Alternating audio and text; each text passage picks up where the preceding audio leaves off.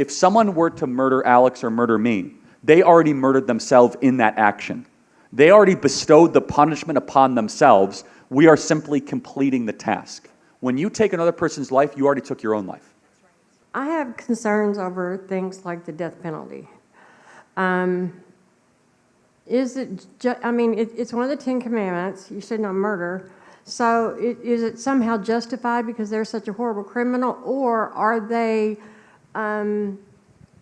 eliminating or changing the trajectory of God's plan for what it was supposed to be because they murdered somebody, and they didn't go when God was ready for them?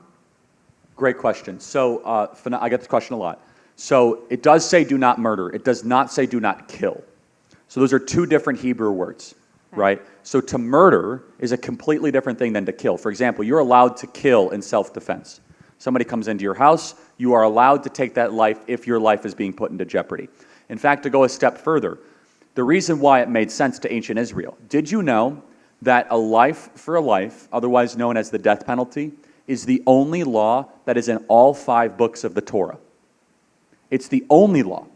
Not even the Sabbath is in all 5 books of the Torah. Now, the Sabbath exists in Genesis, but it's not in all 5 books. So this idea of taking a life if you take a life, what is it rooted in? Why does it matter? Well, first of all, God is communicating to us the first thing. Taking human life is a major deal.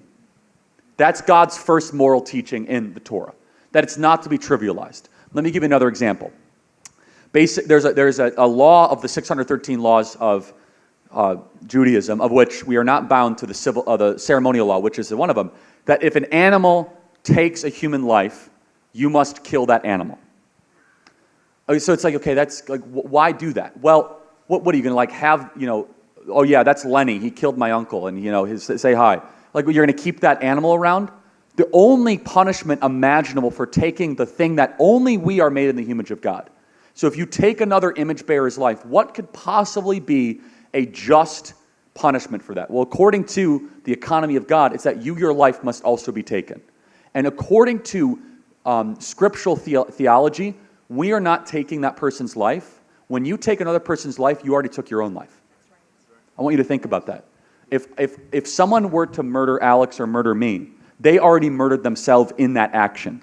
They already bestowed the punishment upon themselves. We are simply completing the task. And think about it. Some people will say, but Charlie, it's not fair because of whatever sob story liberal reason.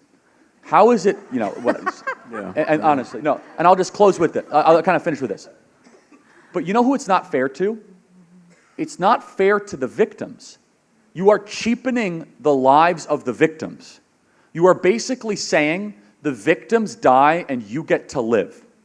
So you get to continue to live even though you took the lives of others. So for example, I think it's fundamentally wrong that creep who killed those 4 college kids in Moscow, Iowa, that he gets to keep living. So he kills 4 college kids and he keeps on getting to have life, and those people don't.